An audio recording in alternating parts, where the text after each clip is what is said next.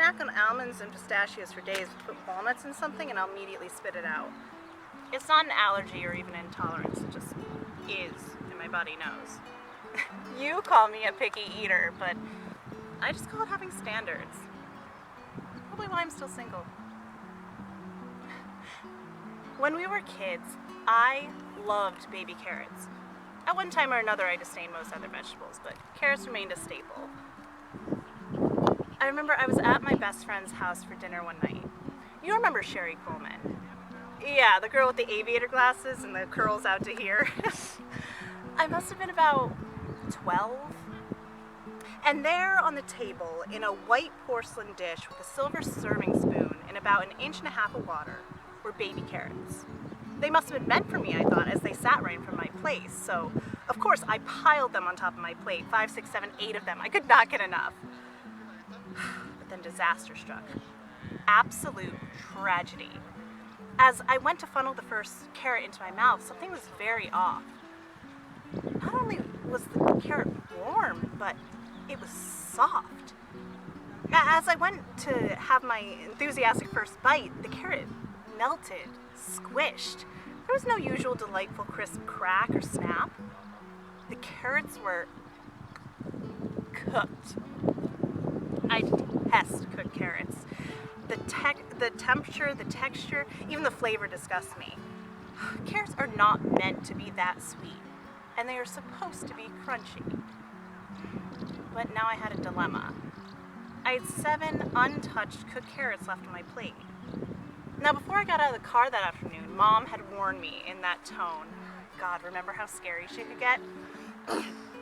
Claire, I don't want to hear anything about you misbehaving today. Eat whatever they serve you, don't make a fuss, even if it's liver and onions. I don't want to hear it. You clean off that plate, or else that Backstreet Boys concert next week, you can forget about that. Do you understand me? That was the day after I told Aunt Millie that her casserole dish looked like puke and refused to eat it. She may have been a bit upset.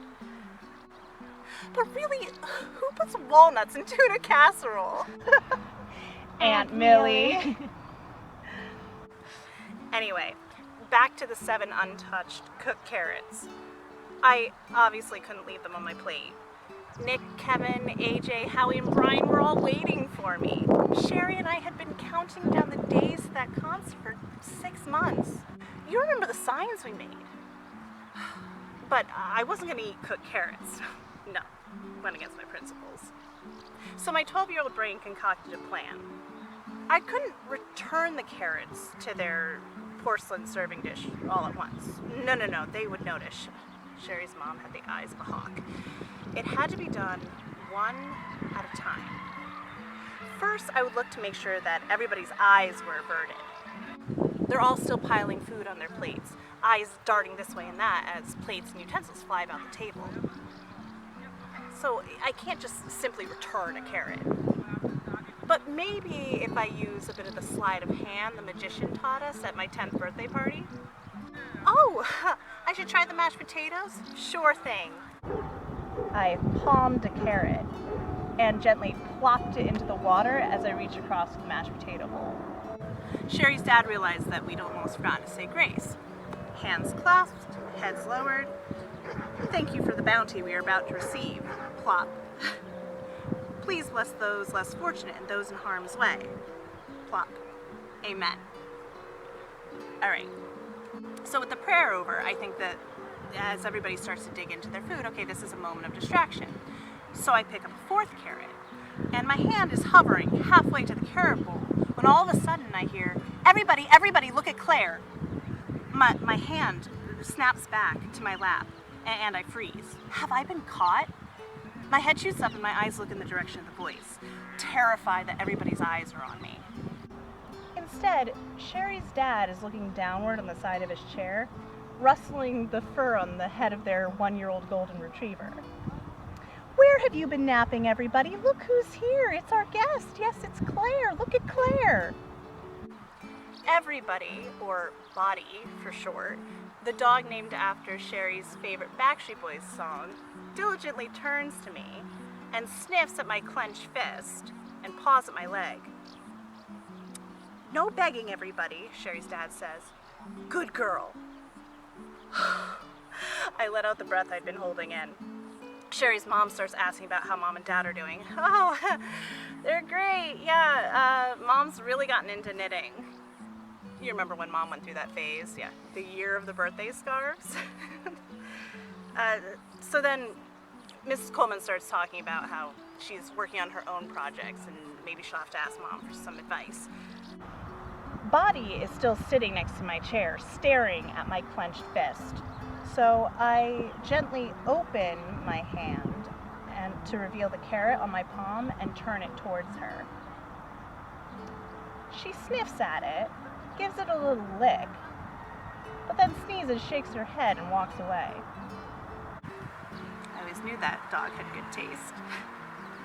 So I'll have to get rid of this carrot the old-fashioned way, right? So I pitched the conversation to Sherry's older sister. Hey Sam, how's softball this year? Eyes shift to her as she starts to talk about the upcoming championship. Plop. Sherry's mom pitches the ball back at me. How's your sister's team doing? Wasn't that the year that you kept skipping school to go hang out with that older guy who worked at the supermarket? I never understood what you saw in him. Mom made her quit because of her grades, that's what I tell her.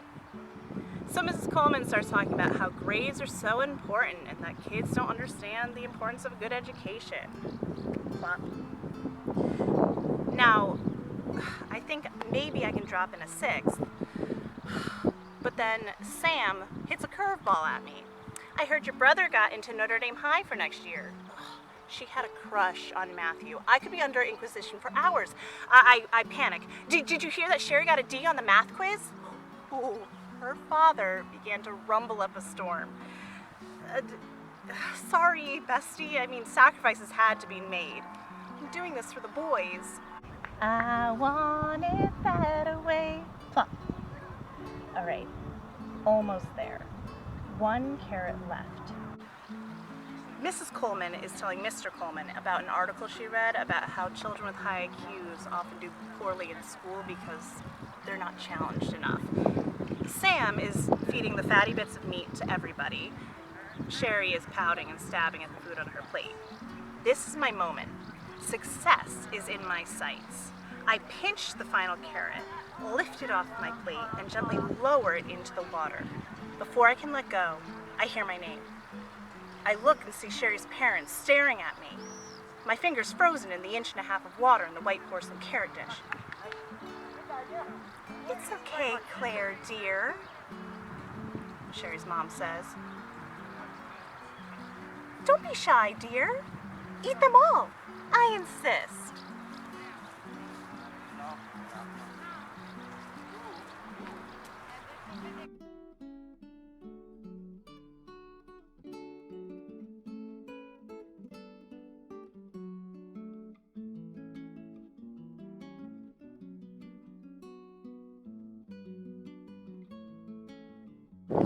It's recording. Oh.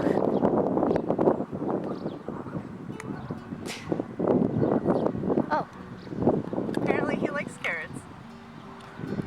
Wow. At home, you spit out carrots, and here you made it on the show? You mother dog. No way. You were supposed to not like it and walk away. You're supposed to not like it and walk away. Dog's on set. All right. He's not a good actor. He's not a good actor.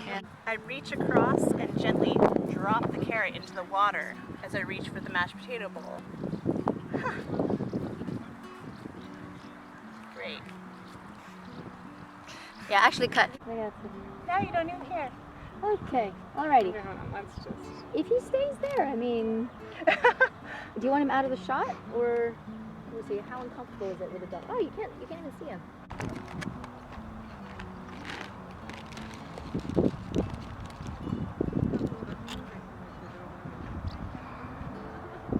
Video of him eating. Yeah, you got your girl to eat.